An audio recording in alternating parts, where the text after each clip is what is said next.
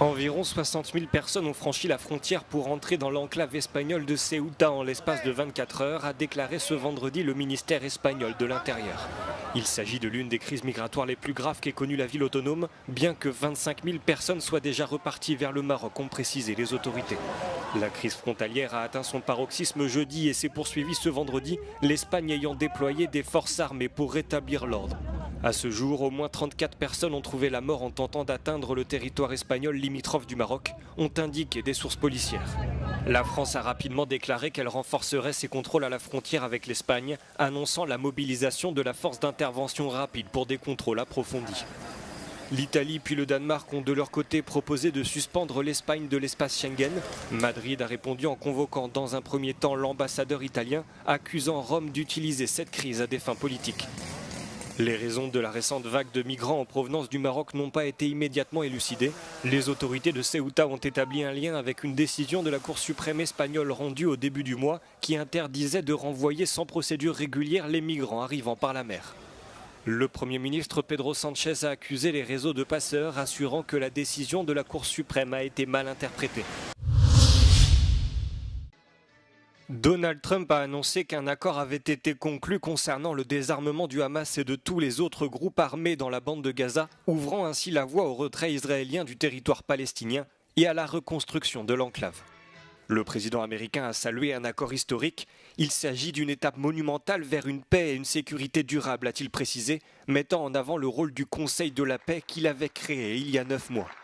Une fois le désarmement complet du Hamas qui s'accompagnera du retrait d'Israël qui contrôle actuellement 60% du territoire, un gouvernement technocratique dirigé par l'ex-premier ministre britannique Tony Blair sera nommé pour travailler aux côtés des responsables palestiniens. L'objectif sera alors de gouverner le territoire et de superviser sa reconstruction.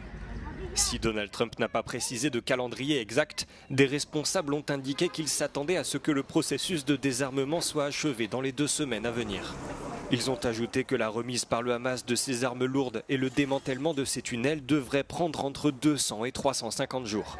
Toujours selon ces responsables, Israël, bien que sceptique, n'aurait rien de plus à faire que de se retirer de la bande de Gaza et de mettre fin aux frappes.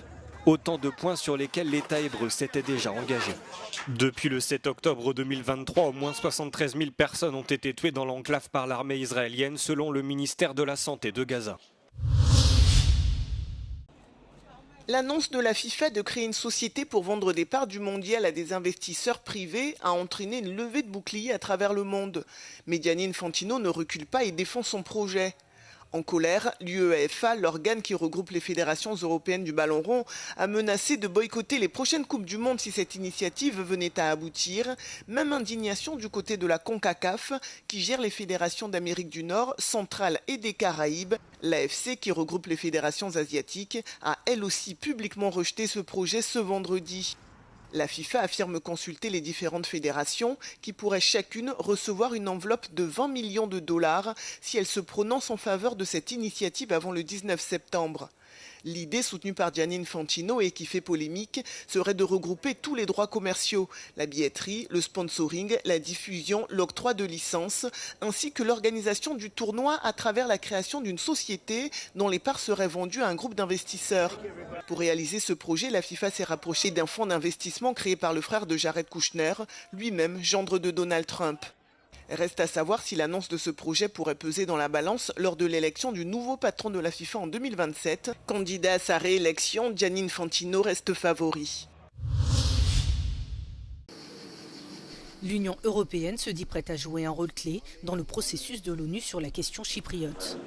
Nikos Christodoulides, le président chypriote, a accueilli Raphaël Lefito à Nicosie. Il s'agit de la première visite du président exécutif de la Commission européenne depuis sa nomination au poste de représentant spécial de l'UE à Chypre. Les deux dirigeants ont discuté des prochaines étapes, tant sur le plan pratique que politique, ainsi que des prochaines réunions du responsable européen avec les parties concernées. À l'issue de la rencontre, Raphaël Lefito a exposé sa vision de cette nouvelle mission.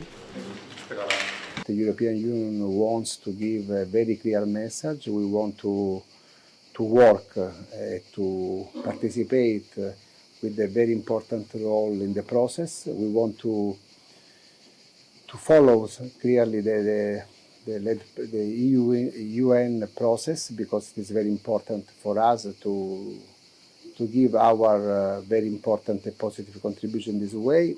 Le gouvernement chypriote cherche à tirer parti des relations entre l'UE et la Turquie pour faire avancer le processus. Le ministre des Affaires étrangères, Konstantinos Kambos, a qualifié la réunion d'utile et de constructive. Il a indiqué que Nicosie examinait des idées et des propositions concernant les prochaines étapes, tout en précisant que la position finale de la Turquie sera déterminante. Υπάρχει η δυνατότητα να έχουμε πρόοδο. Εμείς εργαζόμαστε για να δημιουργηθούν οι συνθήκες για να έχουμε αυτή την πρόοδο. Σε πάρα πολύ μεγάλο βαθμό όμως η απάντηση σε όλα τούτα τα ερωτήματα βρίσκεται στην Άγκυρα. La visite du représentant spécial de l'Union européenne pour Chypre intervient après le voyage d'Antonio Guterres dans le pays. Le secrétaire général de l'ONU a relancé officiellement les négociations de paix dont l'objectif est de surmonter une impasse qui dure depuis des décennies entre les communautés chypriotes grecques et turques. It was my duty to come to Cyprus.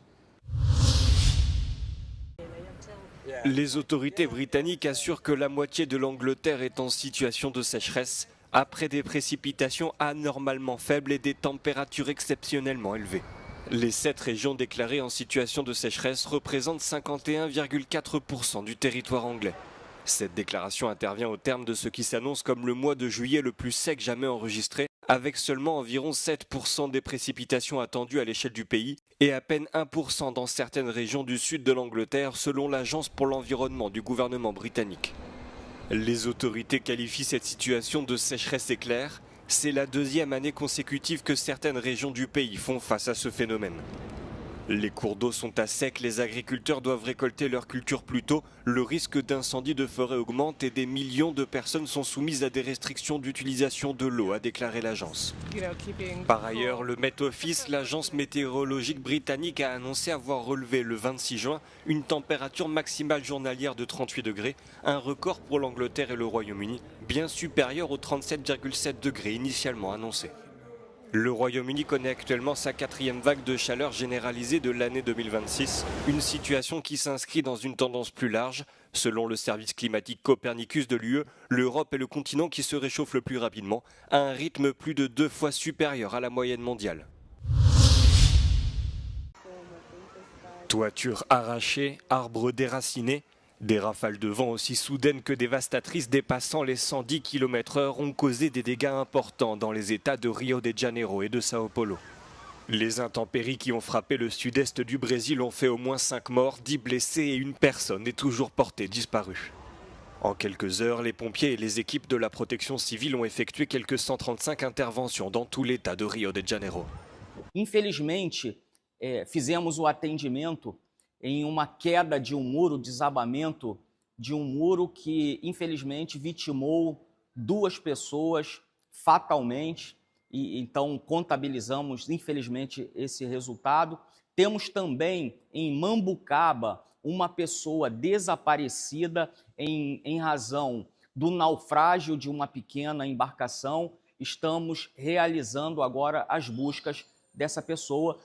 Des vents violents ont également perturbé divers services, notamment les transports, et privé d'électricité près de 2 millions de personnes dans l'État de Rio de Janeiro.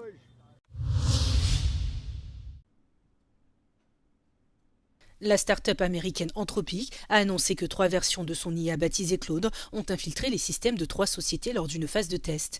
Un piratage passé inaperçu pendant plusieurs mois qui a été révélé par l'entreprise elle-même ce jeudi. Anthropic a analysé plus de 141 000 cycles d'évaluation et a constaté que 3 versions différentes de son célèbre modèle d'IA s'étaient infiltrées dans d'autres systèmes. Parmi les modèles concernés figure l'un de ses plus puissants, connu sous le nom de Mythos 5. Anthropic précise que Claude a utilisé des techniques élémentaires telles que l'exploitation de mots de passe faibles et de terminaux non authentifiés pour y parvenir. Les noms des 3 organisations concernées n'ont pas été divulgués pour le moment. Cette annonce intervient quelques jours seulement après que le concurrent d'Anthropic, OpenAI, a révélé pour la première fois que ces modèles avaient accédé à Internet et avaient pris spontanément certaines initiatives lors de tests de sécurité.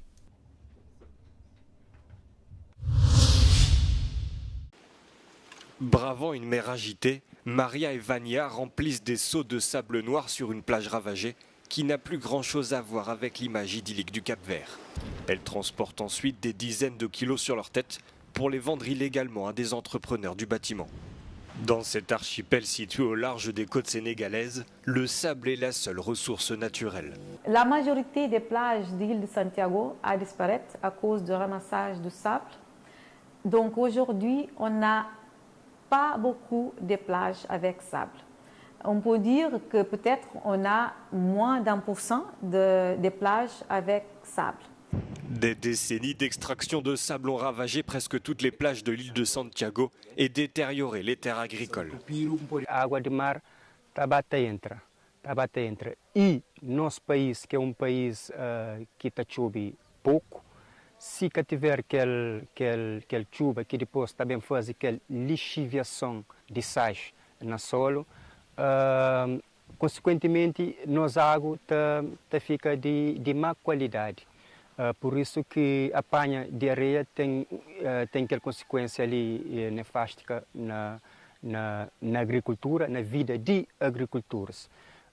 Comme beaucoup d'autres, Maria et Vania effectuent ce travail presque quotidiennement depuis plus de 15 ans. O governo ia olhar para nós areia para morrer para nunca ficar com fome. Para não poder pôr um menino na escola. Exato, é professor digno que mandou esta dracia de apanhar areia. Si l'extraction de sable est illégale au Cap-Vert et passible d'amende ou d'emprisonnement, cette pratique perdure encore aujourd'hui. Car le gouvernement préfère fermer les yeux lorsqu'il s'agit de survie pour toutes ces femmes.